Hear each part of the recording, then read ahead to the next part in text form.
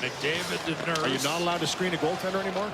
Well, the Edmonton Oilers nearly had a complete disaster on their hands in last night's game against the Philadelphia Flyers. And despite this only being Game 4, I think if Edmonton had lost this city would be burning. It all started in the first 20 when Matvei Michkov scored his first ever NHL goal, but Edmonton would challenge it. I honestly thought there was a decent chance this would come back, as to me it looked like Michkov was pushing not just the puck, but also the goalie's pads. However, the goal would hold up and Edmonton would lose not just their challenge, remember that later, but also get assigned a penalty. Edmonton would kill that one off, but almost immediately after, Perry would take a pretty soft one coming off the bench, and Michkov would get his second NHL goal, doubling the Flyers' lead. To make things worse, the Oilers would then score, but it would be called back for goalie interference. This one I fully didn't agree with. The player is out of the crease, he's screening the goalie, but I don't see him making real contact. Like, I think the overhead shot is pretty clear. Yes, at one point he bumps the goalie's blocker, but there's enough time for the goalie to reset and track the puck that I think this one should have counted, and the announcers agreed with me. They were like fully revolting. Did he really interfere with him making the save?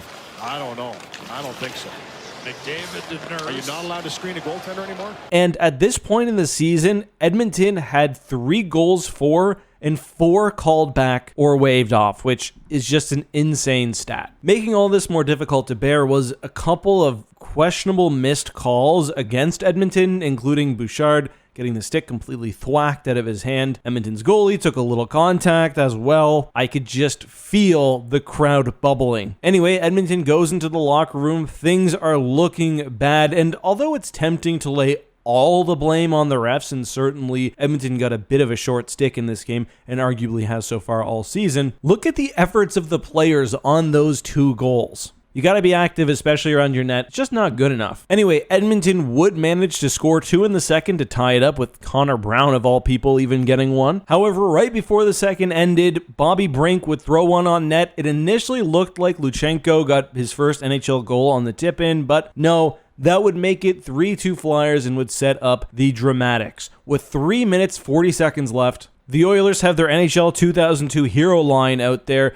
Evan Boucher would get the pass from McDavid and Draisaitl. Just a beautiful assist by McDavid, and would not miss, tying the game and sending it to overtime. Overtime was wild. 2 Flyers players get caught up. McDavid gets a breakaway. He can't finish, but still has enough time to get it over to Draisaitl, who would save the Edmonton Oilers from a truly dire situation, completing the comeback and improving Edmonton's record to 1-3. Honestly, great for Edmonton to get over this adversity. They took a lot of penalties this game, 24 minutes in total, and even on the power play when they got it, Edmonton has not been able to make things work. They still only have 1 power play goal on the year so far, which for them is just so far below expectations. But this is the early season. Stats are still wacky. The Jets and Senators both have about a 40% power play. The Blackhawks are straight up at 1/3, while the Ducks, the Leafs, the Hurricanes, and the Sabres are still at 0. But let me know your thoughts on all this and more, of course, down below. If you enjoyed today's video, please drop a like, and if you want more content, there's a new basketball, football, and hockey video on screen right now. I'll see you soon. Thanks for watching.